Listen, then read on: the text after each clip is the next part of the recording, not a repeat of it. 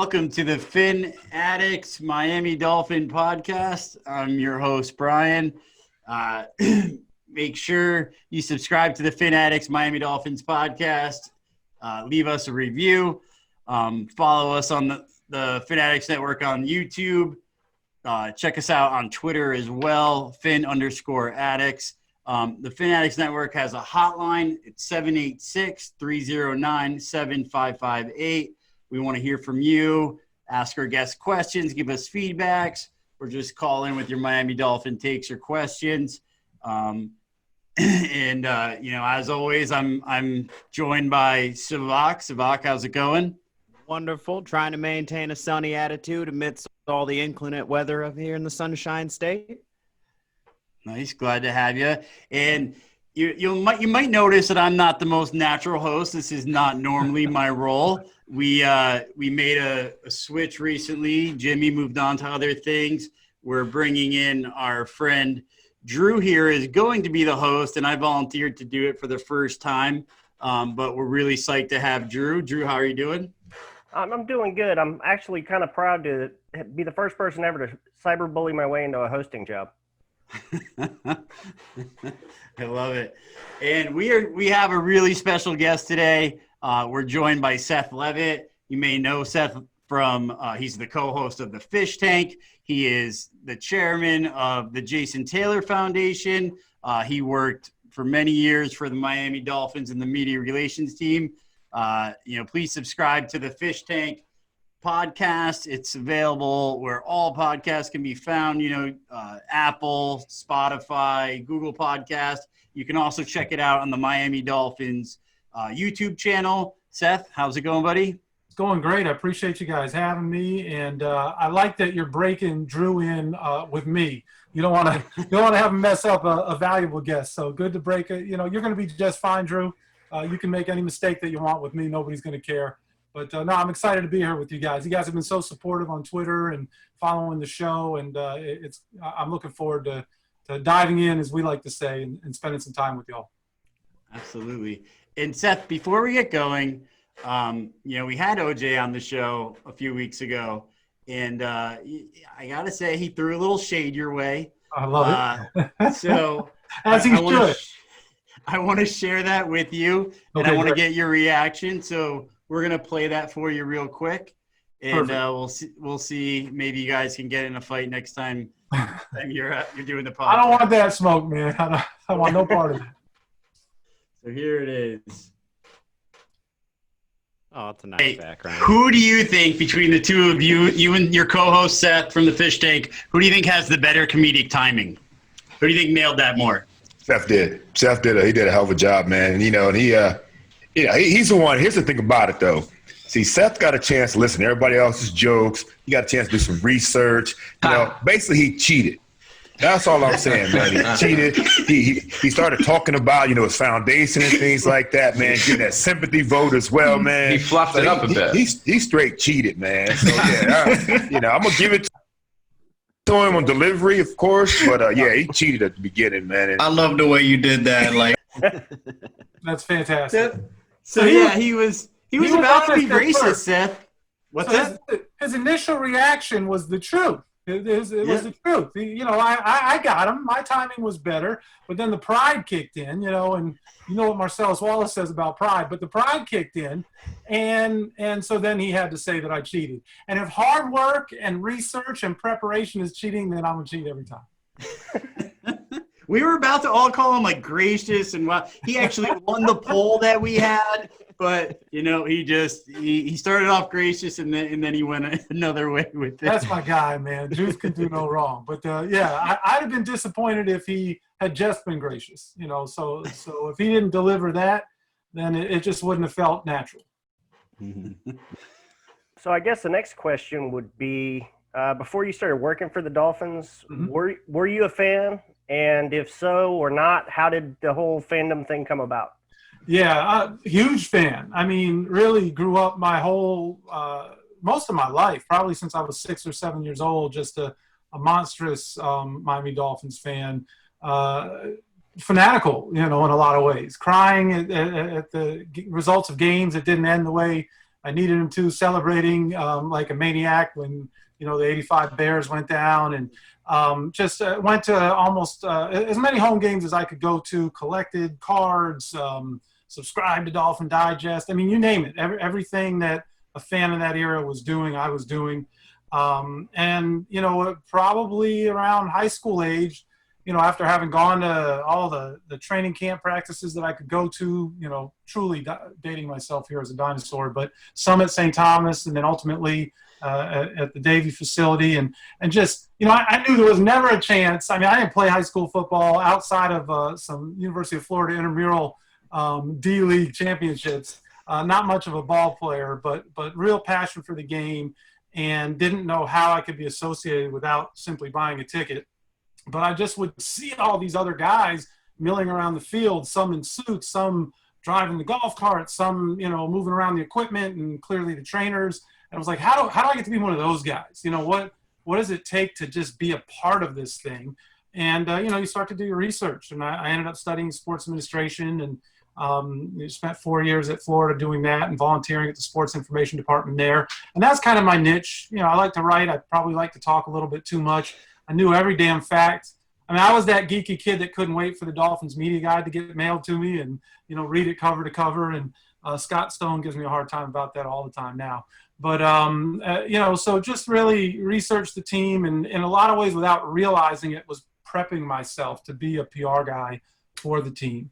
And then once that opportunity comes, you almost have to kind of dial it back and hide your fandom and really just show that you can be a professional, but still appreciate that you're part of the franchise that you love. So that was really the path. I did an internship in Cleveland with the Cleveland Cavaliers, which I've talked about on the Fish Tank before, which was kind of my in to OJ and I starting our friendship, he being a Cleveland guy. But did an internship there and had no idea that Harvey Green, who was, the legendary PR man for the team, had been with the Cavs and had hired the two guys that I worked for. And so, when you for young people trying to break into a business, you do internships and you try and build a network, because it really is, you could have the most beautiful resume in the world, but if somebody knows somebody else that can talk about you, that's going to weigh far more than anything you put on a piece of fancy paper.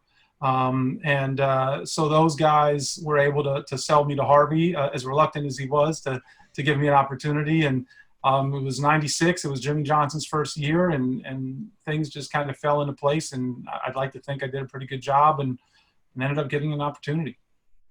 Mm-hmm. I would say so. And so that's basically, that detailed how you got into media relations. Was that your end game?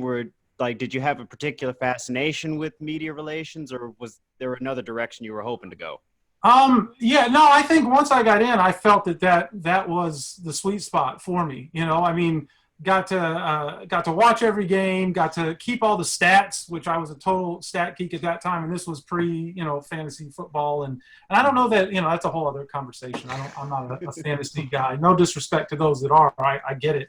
But I'm not a fantasy guy, but I love the stats, and I love being able to, argue with my friends why I don't care how many championships Joe Montana won. This is why Dan Marino was the better quarterback, and be able to roll off the top of my head, how many yards and how many touchdowns and those things. So that was right up my alley. I think finding creative ways to help players and coaches share their stories, because they're not going to do so, right? They don't want to create bulletin board material and be modest, but being able to look at the game a certain way and find the silver lining in all of those circumstances.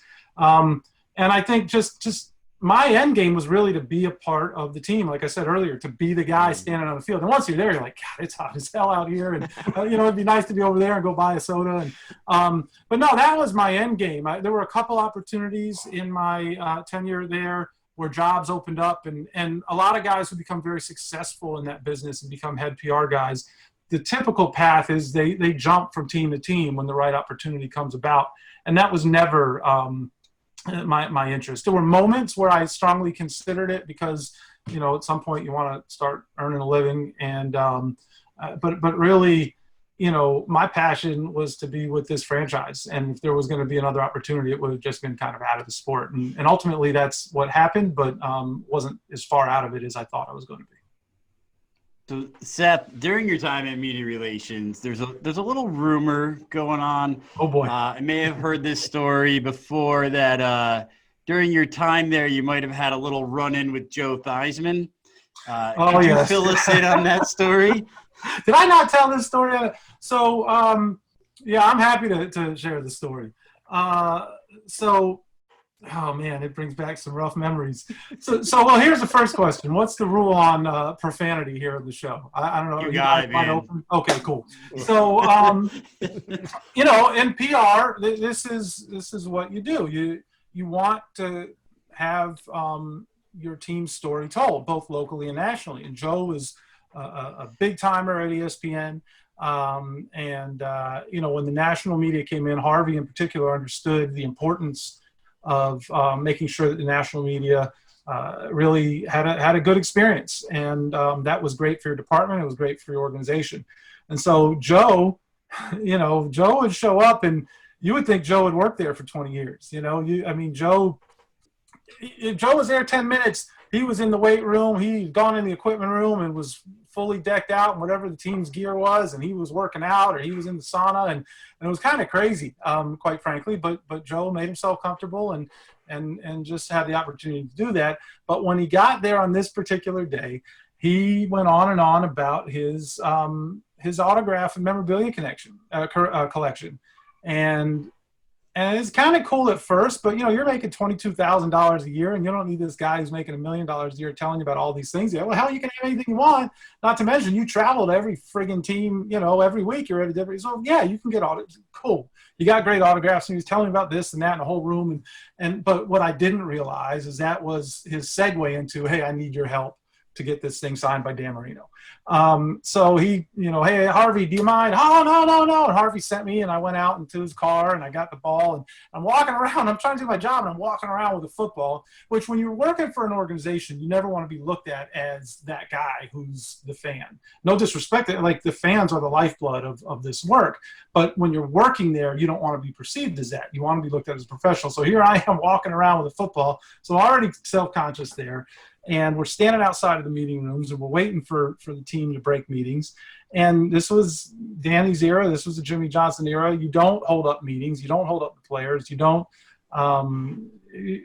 jeopardize a minute being lost in their schedule. And so they come walking out. Joe walks right up to Dan. Oh, hey, Dan, the consummate professional. Hey, Joe, how you doing? And that whole quarterback fraternity thing, and they're talking, and I'm just following along, and I just kind of want this thing to go, and I'll get the ball signed by Dan later. But Joe says, hey, Dan, do you have a couple minutes? Can you sign these footballs? And I'm just, I'm like, oh, shit. And so I open it up, and at that point, I think Wilson, they had like this plastic wrap around these footballs, and they had that band. It wasn't like a rubber band. It was like that band, and it was like a piece of tape, and I'm not going to sit here. And so I just ripped the plastic bag open. And he looks at me and he says, don't tear the bag, dipshit. And so now at this point, hold on. Like, I understand I'm the low guy in the totem pole, but you don't need to talk to me like that and humiliate me. Don't tear the bag, dipshit. And it was, even Danny kind of looked at him, and he was like, and he grabbed it and he signed it and he took care of it. And Joe just kept, no apology, no anything, no thank you for getting the ball signed or being my, Farnsworth Bentley carrying his football around the whole, none of that. And so I like to have a good grudge. I like to have a good enemy. I'm kind of a guy who that motivates me to be better. And so, yeah, I've carried that Joe Theismann baggage for a long, long time. Have you ever sent him a Lawrence Taylor themed Christmas card? No, that would be mean-spirited. That would be mean-spirited. And it is funny. You never wish injury upon someone, and that was a pretty horrific one. That was. But, it is one of those things that I've never ever even come close to having the success of Joe Theismann on what he did on the field and certainly in his broadcast career. And he's a legend in this game. But it does kind of teach you that, man, there's a way to treat folks and a way not to treat folks, and you hope you don't fall into that category. So I'm just glad you managed to take that experience and, glean something positive out of it, use it to fuel your fire, It's a fun story to tell now. I had to harbor it. I mean, my friends would give me a hard time all the time. The guys I worked with, don't tear the bag. I mean, everything. If I tore a sheet of paper, don't tear the paper. Shit. See, I hear that for the rest of my life. I would have got you a T-shirt that said that on the back. Yeah, I would rock it. Somebody, what? I would love that. If somebody makes that shirt, I will wear it on the tank. That's for sure. I'm gonna remember that. All right, man. That sounds great. All right, so on to the next one. So you left the Dolphins media relations and went full-time at the JT Foundation? That's right. So how did that kind of come about? What was going on at that point? Yeah, so, I started in 96, which was Jimmy Johnson's first year. 97, we drafted this skinny kid out of Akron, ends up becoming, the greatest defensive player in the history of franchise, JT. When you are the young guy in a PR department, you're typically you become the player's guy.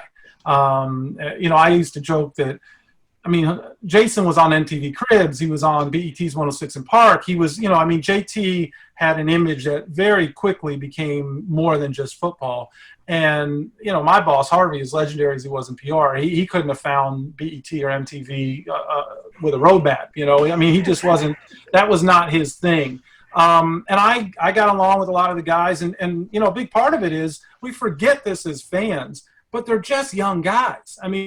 Guys who are in their early to mid 30s, we consider them dinosaurs. We make fun of how old they are. And, so these players are 20, 21, 22 years old. And that's how old I was. I was 23 years old when I started working with the team. So, generationally, you're listening to the same music. You kind of grew up with the same TV shows. And so JT and I became pretty close early on. The players who are more successful get more attention.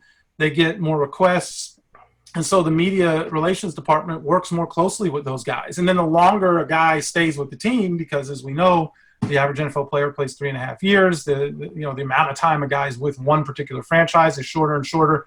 So the longer guys are there, if you're with somebody 3, 4, 5 years, you really get close with that person because that's like a lifetime in the NFL. But so I was there for the crib shoot. I went with him to 106 in Park. I, was with Jason for a lot of those interviews. And then off away from the building, he's a big basketball guy. And hey, Seth, where's and I knew every basketball court in South Florida. Well, not any good, but I love to play. And so we play a lot of ball. And so we just got close, and I started to do a lot of stuff with him in the off season. Sometimes I'd travel with him, and we'd go visit his agent out in LA. And we'd always talk about working together in some capacity.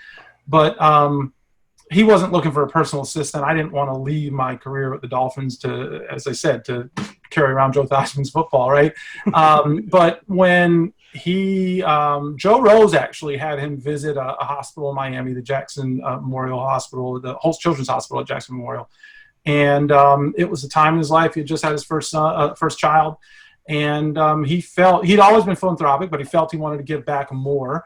And he wanted to do a golf tournament, so he asked if I'd help run it. While I was still working for the team, I took my 2 weeks vacation and spent the whole thing grinding on a golf tournament, which was no vacation by any stretch. But we raised a lot of money, did some good work, and he decided he wanted to start a nonprofit and asked me to kind of write up a business plan. And a couple months later, I had a job offer. So that's how that went. It was a big deal for me because when you spend your whole life trying to get to one place and then you have to leave, even though it was time, I was at a stage in my life where I wanted to make a little bit more money and I wanted to spread my wings. I wasn't going to jump to another team. Had an opportunity to, but I wasn't going to jump to another team. And, I like to be creative and come up with ideas and like all of us, right? We want to, I think you think about podcasters and you guys who run your own websites and stuff, you want to be able to, oversee something and make some creative decisions. And so he gave me an opportunity to do that, still be somewhat close to the organization that I love and work with one of my closest friends who happens to be, a giant in the franchise's history, and really make an impact in the community in a way that I couldn't if I had to write my own checks. So that's kind of how that came about. So I've been seeing you guys have been doing a lot of charity poker events. Are there more of those to come? Yeah. So we, in this environment where we're all doing this Zoom and we can't get together. I mean, it is for nonprofits across the globe. It has been devastating from a fundraising perspective, as well as to initiate your programs, depending on what it is that you do. And so a friend of mine by the name of Alan Brown, who some people in South Florida, well, a lot of people in South Florida know, but some people may know through like the Florida Marlins and so on. He works with the Christopher Reeve Foundation. So he and I started talking, and he had heard about a poker tournament. And so the two of us collectively spoke with the WPT, and they gave us an opportunity to do a charity event. And our constituents loved it. I mean, they just loved it. Our donors were like, we got to do this every month. And I was like, okay, here we go. So we started to do it, and it's something we can do from home. And it's not, sure as hell not like trying to put on a golf tournament. And so we do them monthly now. And our next one is on the 26th, I believe. We're about to, I think tomorrow actually, announce that date, as well as the schedule for the remainder of the calendar year. Okay. So if anybody wants to, any of our listeners want to get on that, follow the JT Foundation on Twitter. All the information will be on there. Looks like an unbelievable time. A lot of former Dolphins. Jason's sister Joy usually jumps on set. Joy's been tremendously supportive. She used to work for the foundation. When we had her on the show, we talked about it. Joy has done a brilliant job with the broadcasting career. She wasn't worth a damn for the foundation, but I certainly couldn't fire her. No, Joy is, Joy's like a little sister to me, and she's with all the success she's had. She loves her brother and she loves the organization. She continues to support. But we've had Dan Levitard, Ricky Williams, Sean Wooden, Kim Bocamper, obviously OJ. They all have played or play in the event. And you can be in a Zoom room and you turn around and there's Terry Kirby and Joy or whoever it might be at your table, which has been really cool. It's $99 donation to play in the event. And as you said, you can follow us at JT Foundation 99 on Twitter, on Instagram, and we try and provide the information there. All right. So, and you just mentioned Ricky Williams. Yeah. And when you left the Miami Dolphins media relations team, right before you left, it turned out you had a little conversation with Ricky. I'm never going to live this down. I wanted to ask you, why did you make my favorite running back retire? Sorry. I'm terribly sorry about that. I sure hope that I didn't make him retire, although I think he gave me a little more credit than he should have that day.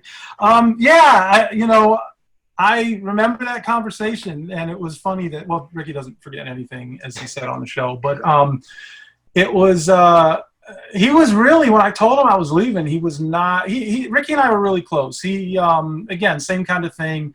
And when he came here, Levitard told me, he said, you're probably going to be his guy.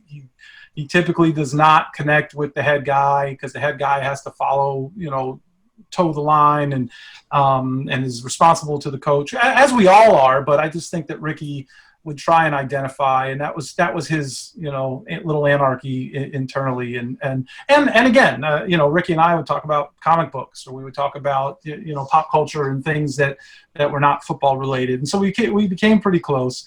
And so when I told him I was leaving, he was disappointed. But he said, can I ask you why? And nobody else was asking me why. I think they just, you're going to work for JT, but can I ask you why? And so I gave him a candid answer.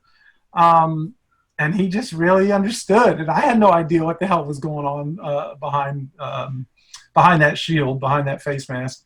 But yeah, so I asked him, and he gave me a lot of credit for, I don't want to say I made him retire, but I perhaps I gave him a perspective that just made it easier for him to make a decision. I don't know. So I apologize to you and to all Dolphin fans because I was crushed. And I talked about it on the show, but I remember I was sitting at Bo Camper's and eating, and the phone rings, and it's him, and he's in Hawaii, and he's asking me for Travis Miner's number. I didn't think anything of it until he asked for Wanstead's number 2 days later. And then I was like, shit, this is not going to be good. This is not going to be good. So, and the rest is history, as they say. I guess what you said just really resonated with him on a certain level, and that just kind of I guess. I mean, there were clearly a lot of other factors. I mean, let's not. Oh, yeah. Well, see, that's the thing. I think that maybe he was already possibly mulling it over, and then just whatever you said to him, just, that makes a lot of sense, man. And The rest just became, fell into place. Sure. Nope, And that's what he it's said. I Seth's mean, fault. there was, Exactly. he was taking a pounding, and was having some contractual differences with the organization. And Ricky has spent a lot of time just trying to really find Ricky in so many different ways and reinvent Ricky. Yeah. And, so that was just another step in that path. Oh, man. Talking about credit, though, back when OJ was on the show, he gave you full credit for starting the fish tank. Now, That's kind. where did that where did that idea come from, and how did that all come to fruition? I think he was just trying to make up for slaying me about the joke. No. So truth be told, and I don't know the politics of, the podcast landscape and Dolphins Twitter and so on. Mhm. But, Ethan Skolnick is a guy who's covered South Florida sports for a long, long time and is a dear friend. And I hadn't talked to Ethan in a while, and I reached out to him one day out of the blue and just check in, see how he's doing and how his daughter was doing and so on. And he said, I got to fill you in on what I'm up to. And he says, I've started a podcast network. And this was the 5 Reasons Sports Network. And I had never I'd had friends talk to me about podcasts, but I really had not ever listened to a single podcast. And which I have my one buddy who for 2 years tried to get me to listen to all these podcasts, and he's MFing me now. He's like, you think you're a big podcaster. But Ethan was telling me what he was doing, and I just kind of joked about, hell, if you got all these guys, is there any room for a washed up PR guy who runs a nonprofit for, one of South Florida's legends? And he goes, well, actually, I think there is. We started talking and kicking around an idea, and he's like, you are so connected and you have so many stories. And because we would play, I used to play in a poker game with that Ethan would host at his apartment with a bunch of media guys. Israel Gutierrez from ESPN, Jason Jackson who covers the Heat, a bunch of guys, Tim Reynolds from the AP. And those were some crazy games. But they loved hearing stories from the other side of the track, so to speak. And so we were talking about it. I said, but I can't carry a show. No one's want to listen to me. I think there's got to be another guy. And I couldn't. I'm embarrassed now to say that I couldn't think about it. And I'm telling you, 2 days later, I get a missed phone call from OJ, and I picked up, I looked at the voicemail, and I'm like, holy shit, what's the matter? And I go, it's Juice. She goes, well, call him back. I go, no, it's Juice. Like, he's got to be the guy. And I called OJ, and he was totally down for it. And he and I have a phenomenal relationship. I think, we vibe pretty well with this thing, and we've settled into what our roles are on this. And OJ was a fantastic, talk radio guy when he first retired. He was one of the first, the midday guy with 790 The Ticket Radio, with Sid Rosenberg actually at one point. And, it just wasn't for him to do that as an everyday grind. But the timing was good. And I think, again, I don't know if I don't know if we'd still be doing it if we were doing this with somebody else. But he and I really vibed, and we ultimately moved on from 5 Reasons, and they're doing great work on their end. And then the Dolphins came knocking eventually, and they were interested in building up their podcast network. And it's just been a lot of fun being a part of that. Very cool. So we just heard the Dave Hyde episode came out this week. It was fantastic. Thank you. Who's on deck? Who do we got next? So we've got a couple different guys. I believe this Tuesday. Well, when is this gonna? When do you guys post this? We'll post this on Thursday.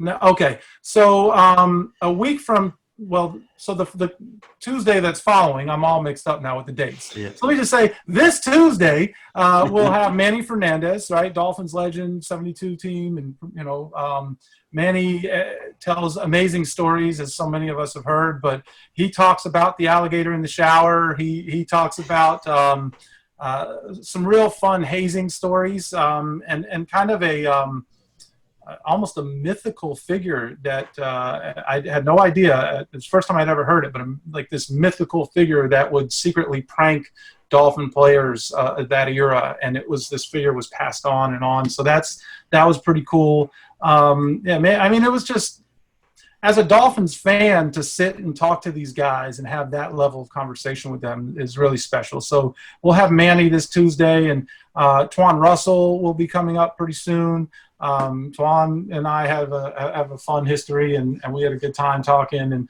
then a few surprises in the tank coming up after that. And we'll be going. Go ahead. I'm sorry. No, you go ahead. Well, I was just going to say that right now we're going every 2 weeks, but once we hit September and hopefully are in full go with our football season, we'll be weekly with the fish tank as well. So I've heard the alligator in the shower story. So if you have not heard that, do not miss that episode of the fish tank, because you won't stop laughing. You have to hear that. So you've had some pretty candid conversations on the fish tank. The Channing Crowder, I think there was a 2-part Channing Crowder. Recently we had Ray Lucas speaking his language. His first language and some of his second language. Right.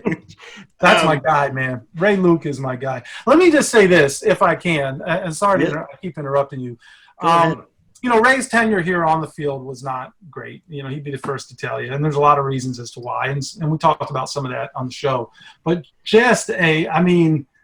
if Ray had the success here, even just the modicum of success that he had in New York, he would be so beloved because he is just an amazing individual. He's just so likable and he's so loyal.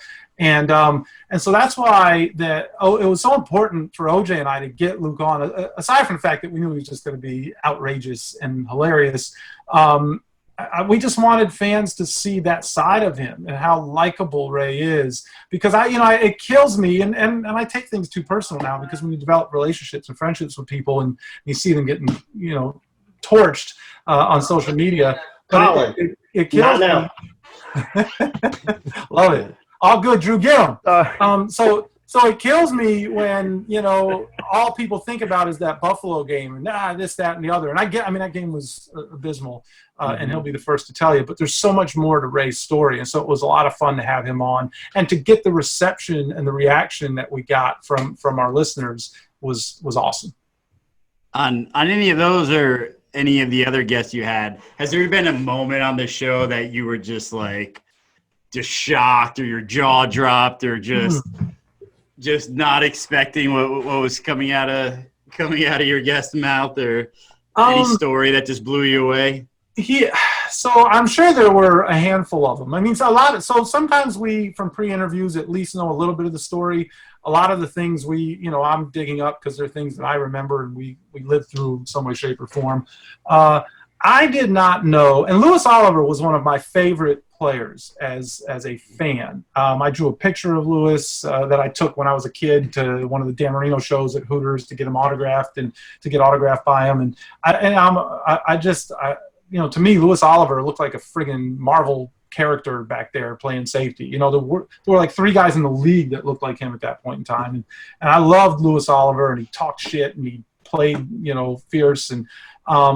But when I worked for the Dolphins, it was his last year. It was 1996. My first year was his last year. And so it was cool to get to know him, but he was just low key and cool. And he was at the twilight of his career, and he just didn't have time for everybody's nonsense. And so he kind of kept to himself. And I had no idea how friggin' hilarious Lou was. OJ said, "Hey, I was with Lou the other night. He's going to come on. He's got amazing stories." I'm like, really?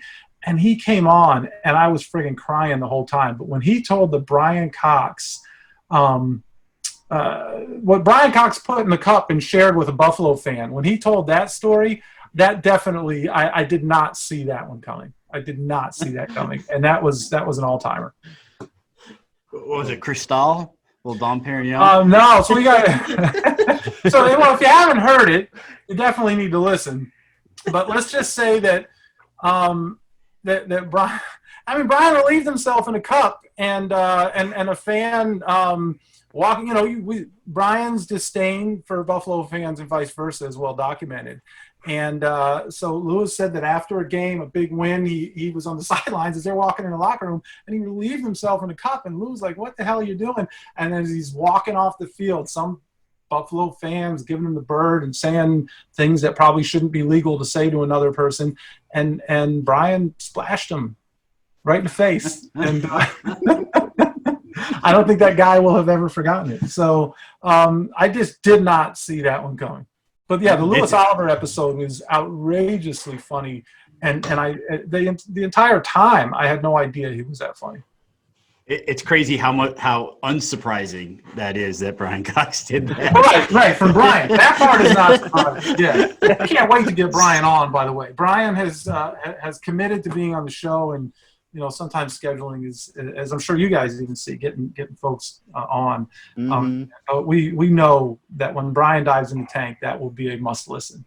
Oh yeah, can't wait for it. I had my first faux pas as Savak. Did you have a question? I'm sorry. No, go ahead.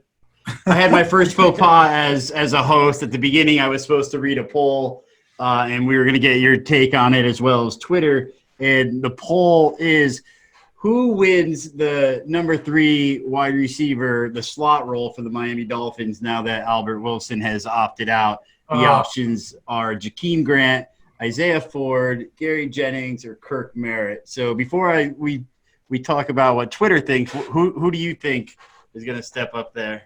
So I will admit that I don't know the roster. I mean, I follow the team. This is sports for me now, having worked in it my whole career, is very different, and it's really weird how it happens. In some ways, kind of sad, but your connection to sports is different. But that has not happened with the Dolphins. Like, I still go nuts on Sundays and am very passionate and connected and disappointed when things don't go our way. And I am also, like, at the beginning of the year, I'm that eternal optimist, but I don't. All of the things I described earlier in the show, where I knew every guy and what school he went to, I don't know them that way any longer. I do know that I was excited to see Albert Wilson this season. We've seen it time and time again when a guy gets hurt and they come back, they play, but it's usually the second year after a major injury where they can regain form, if they ever regain form. So I was excited to see, because it seemed like he was getting that burst at the end of the year that got everybody so excited prior to his injury. I love Jakeem Grant. I think he's explosive, and I hope that we see some more of that. But I don't know. I really don't know who's going to win it. Now, who's the young kid they got from the armed forces that they drafted? He wasn't on the list there, huh? Yeah, Malcolm Perry. There's a little. He's kind of running back / wide receiver. So we kind of left him off the list just because first year transitioning from quarterback to wide receiver might be a bit much to get to number 3. But I definitely expect to see him maybe in some of those wildcat I keep an eye on. He just seems like Coach Flores is clearly his own man. Yeah. And by the way, I am speaking as Seth Levit, a fan. I know we're with the Dolphins Podcast Network, but I don't want to come across as a spokesman for the team. Those days are long gone. We've seen the Patriots historically have found players like that who have become really critical pieces of their offensive success. And while Coach Flores is absolutely his own man, he was in that system for a long time from a personnel side and everything else. And, I don't know. I'm really excited to see if Malcolm Perry can make that transition. But I would have to think Jakeem Grant, as a veteran who is that explosive, would be maybe the favorite to win that position. But as long as whoever wins it can succeed, right? I mean, that's ultimately as fans, but we just want to see somebody move those chains and give whoever is behind center that option. Mm-hmm. Twitter wholeheartedly agrees with you with Jakeem Grant at 64%. So you know a little bit more about the career roster. I'm not saying I don't follow him, but I hold myself to a certain standard that I can't live up to any longer. I think maybe that's what it is. That's okay. Well, then, talking to the fan in you, then I have to ask the same question that we ask every fan that we've had on the show so far. Yeah. What are your expectations for this season? What do you think our record's going to end up being? Man, I would have been able to answer that better if we weren't dealing with this COVID situation. And It really is crazy because, so on one hand, every team is dealing with the same thing. So in some ways it, quote unquote, is a level playing field. They're all dealing with the same thing. I think that having a veteran quarterback, as much as everyone has talked about how valuable that is in Tua's development, I think having a veteran quarterback with an offensive coordinator who is a career NFL, career coach, who this quarterback has had the most success he's ever had is under Chan Gailey.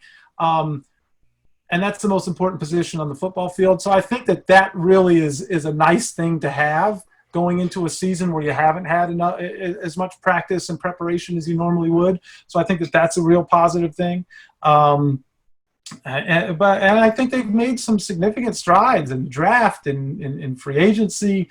And I'd like to believe that Coach Flores is going to pick up right where he left off. I mean, he seems to be a pretty special leader. So if you want me to pick a number, I'm probably not real good at that. I do believe they'll be better record-wise than they were last year. I think they will take a step up. For folks who are booking tickets to the Super Bowl, it might be a little premature. But I do believe that you'll see this team improve. But the COVID situation is such an equalizer. And the one thing you can't control, obviously you can't control injuries, but it's like who gets hurt, so knock on wood, we hope that there's no significant injuries. But you don't know when, what key game, right? Every game is so important in a 16-game season. You watch the NBA and a team loses 5 in a row and it doesn't even matter. Or in baseball, forget about it. Yeah. But in the NFL, you look back on a season and say, damn, if we had kicked that field goal at the end of the game, we might be in the playoffs now. And, it's that every game is so significant. And, you hope, and it's going to happen to somebody, hopefully not our Dolphins, but you hope that you don't lose a key player in a matchup that would have been favorable to that player because of COVID. And even though they come back a week later or 2 weeks later, to lose somebody when you really could have benefited from that person there, that's just something that, it's going to be really interesting to see how it all plays out. Mm-hmm. Which actually, that's perfect. Segues right into my follow-up question. I'm sure in the last week, we've probably all heard a term getting bounced around, the quarantine quarterback. Right. What are your thoughts of having that approach? And if you agree with it, who would be your pick for that quarterback? Oh, boy. Wow. So what are my thoughts? Look, I don't believe there's a position in all of sports as important as a quarterback is in football. And you could argue a pitcher in baseball, and I'm not a baseball guy, but you have, your stud in baseball pitches how many games in a season? 25. I mean, I don't know. Yeah, a bunch. So the quarterback is the most critical position in all of sports. We used to say, is a guy good? Is a guy great? Or, you get a good backup quarterback. He's not going to be a superstar, but at least you can line up and play. You can have somebody that you can function. And we've seen, unfortunately, as Dolphin fans, and, when those T-shirts that have every quarterback that's played since Marino, some of those guys really could barely line up and play in the NFL. No disrespect, who the hell am I? But some of those guys could barely line up and give you a chance to even be remotely successful. And so when a position is that critical to being able to perform on the field, I think it is essential to not go into a game without. Oh, look, we have a special appearance here. Sorry, guys. I think it is that essential to. Wait, you gotta introduce it. Who was that? Well, this is Belle. This was my daughter's cat. My daughter's now off in college, and somehow she's become my best friend in the house. But that's how it happens. I think when you feed them and clean their litter box, they pretty much is it. They're yours for life. 100%. So, but yeah, so I think that to have somebody, I mean, I guess it's great job security. It's kind of a shitty deal where you can't be with your teammates. Every player who retires, you hear to a man, the thing they miss the most is the locker room. The thing they miss the most are these relationships. This is fantastic. So with that being said, I know I've kind of lost. Bell's throwing me all off here. But you got to have a guy. You got to have a quarterback to line up. So I think it makes sense to have that COVID quarterback. are there enough of them across the league to really, there aren't a lot of guys that really can do the job. Who should be the guy?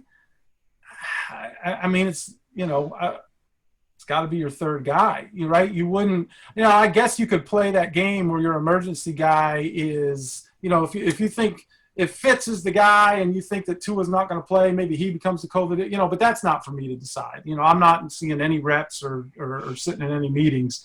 I would love to see Josh Rosen develop into we're falling apart here, guys. I would love to see, I feel for Josh Rosen. I mean, that was a guy who was highly touted and things have not worked the way he would have liked or teams that have invested in him would have liked. There's certainly some talent there. And you hope that guy gets it figured out for his sake wherever. And whatever knocks were on him when he got here, he seems to have been a great teammate and a hard worker. And for the Dolphins, if he ends up being your COVID quarterback and he's prepped and prepared, it could come in and God forbid you need him. And a lot would have to happen, right, to get to that COVID quarterback. But, that would be another sign that you've got a general manager and a head coach that are making personnel decisions that aren't just about right now, but they're thinking far enough ahead and could help your team when you need it. I like that. Very good answer. And it's funny because it felt like I didn't know what the hell I was saying. Cat came in and I just fell apart. So oh, it's all good. You did a great job. We can tell you are a genuine professional. But it's funny. We actually end up talking about Josh Rosen here on this show a lot. I think this is our 12th show. I think Josh Rosen has been spoken about 12 shows. Really? Okay. Yeah. So he always makes his way in, and it's always nice words, and it's quite funny. We'll try to keep that going. Cool. Well, I guess I did my part. I'll say this, and you heard what I think about the quarterback situation. I'm a Gator, and so Tua, anything Alabama. And I've talked about Nick Saban on our show as much as my bosses loved him. Although I hate to say it, but so many guys have come on and just raved about Nick, and so it's given me a different perspective in some ways. But man, I'm all in on Tua. I'm very excited that the team has him. I'm not one of these throw a guy in just to throw him in there. I think that what an amazing set of circumstances to have a veteran like Fitzpatrick who he could learn from. Whether he learns on the job because he's on the field and Fitz is his number one cheerleader, as he said he would be, or whether he just learns by watching him, his approach, his professionalism, learning in the film room. So I think that when you draft a guy number 5 overall, you hope that guy's going to be with you for a decade plus at that position. And so as excited as we all are, I love your jersey, Brian, as excited as we all are on Tua, about Tua, I think they should be equally as excited that he has this opportunity to learn in some way, shape, or form. And so it is for a position that has been since Dan retired, it really has been just question mark after question mark and heartbreak after heartbreak. And there were some flashes there. But it's kind of a really cool time to see this quarterback position develop. You've got a vet that we all rallied around as fans, as players, as coaches, and who's just fun to watch. People forget about this. This is friggin' entertainment. And like, Fitzpatrick was just fun to watch and to cheer for. He's the kind of guy you have to cheer for. You have this friggin' superstar that comes in, and you hope he becomes that in the NFL. And then you have another guy with a lot of talent that could help you as well. So I feel like the quarterback position is as good of a place as it's been in a long, long time here. So while you're speaking, totally as a fan here, as far as Tua goes, do you think he gets the keys this year? And if so, what point in the season do you think or hope? Yeah, so Harvey, when I worked for Harvey Green, he used to have this line, and I think he got it from Coach Shula, but it was, "I don't deal in hypotheticals." So I should use that right now. It was a great way to get out of things because then a reporter's like, well, I don't deal hypotheticals. I don't know, man. Should he get the key? That really Brian Flores and that staff are the only guys who can make that decision. And sometimes what you think is the right thing turns out that, maybe a couple weeks later it's not. And we saw that when Fitzpatrick was struggling and then he came back in and rallied the organization. That's not to sound like I am working for the team, but truth be told, nobody knows because we don't see every throw, and even the throws we do see that we think are spectacular, we don't know what the play call was. We don't know, if he did something he wasn't supposed to do, or we don't know how many we don't know how many mental errors the guy has, and all of those things that are going on in the film room. We don't know if players are rallying around him or not. I mean, everything seems to be what we want it to be right now. Every player's talking about how wonderful Tua is. He has said all of the right things. I'm sure he's soaking up everything he can from Ryan Fitzpatrick. But you got to remember, this is a veteran guy who has found himself in similar positions before. He has won a lot of these QB competitions. As I said earlier, he's going to be playing for an offensive coordinator who is very comfortable with him and he's very comfortable with. And this coaching staff has great faith in Fitzpatrick. So, would I be surprised if Tua sat an entire season under Ryan? I wouldn't. Would I be surprised if he got a chance? I wouldn't be surprised either. But to pick and choose a day and when that might happen is really hard to do. And I know that kind of sucks as an answer for these types of shows. But it's like, you're just totally guessing unless you start to watch it all unfold. Okay, for the show notes, we'll put week 13. Okay. Seth, we're going to let you go. I just got one question that I want to ask you before we let you out of here. So, lifelong Miami Dolphins fan. 1996, you get hired by the Miami Dolphins. Yep. You walk in that building. Were you like, it was pretty awesome. Fan moment. Yeah, it was pretty awesome. I learned working at the University of Florida and then my year with the Cavs, I kind of learned the expectations of what you're supposed to do as a professional, but my connection to those two teams, organizations, different than with the Dolphins. And so, yeah, I mean, to pull up to that place and to be able to go into the parking spot that, did not being sent around back and be able to walk in the building and have a desk and it was really, really special. It was a time in my life I would never trade, and it was a dream come true in so many ways. And so when I first got there, have you ever seen the movie? I think it's School Ties. It was Brendan Fraser, and he plays a Jewish quarterback, and he goes to the private school, and he doesn't tell anybody he's Jewish because there's all this anti-Semitic sentiment, right? And so he had a Star of David, and he took it off, and he put it, and he didn't wear it because he kind of hid the fact that he was Jewish. I wore a Dolphins, the original logo, Dolphins charm. I have a gold charm, 14 karat gold. I wore it all through high school. That was the era where you wear your chains outside of your shirt. That whole horrible. Oh, my bad, man. No, I'm just kidding. I rocked that thing for years, and I kind of had that School Ties moment when I got there. I took it off and I put it in a drawer, and I never wore it for my first year working with the team, and then I started to never wear it again at the workplace, right? And so I tried to suppress that, but at the same time, man, it was really special. And that first year was my internship year, and I didn't know if it was gonna be a one and done for me. The Dolphins didn't have a 3-man department at that point in time.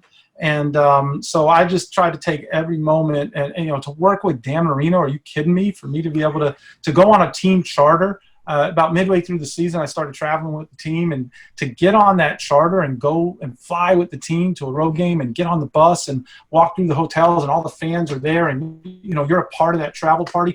I mean, it was really, it was a dream in so many ways. So yeah, none of that, as much as you try to be a pro and everything, when I look back on that stuff, it was very, very special.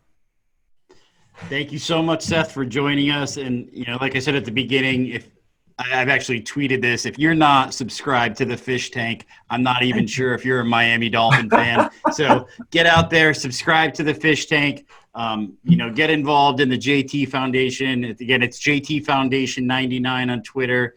Yeah. They have a lot of great things coming down. They also do a lot of great work. So, definitely get involved. And Seth, just thanks a lot. And as we like to close here with a little fins up. I love it. Thanks. I love it. I'll give the fins up. I love it. Yeah. Oh, thank you guys. Hey, it was an absolute pleasure.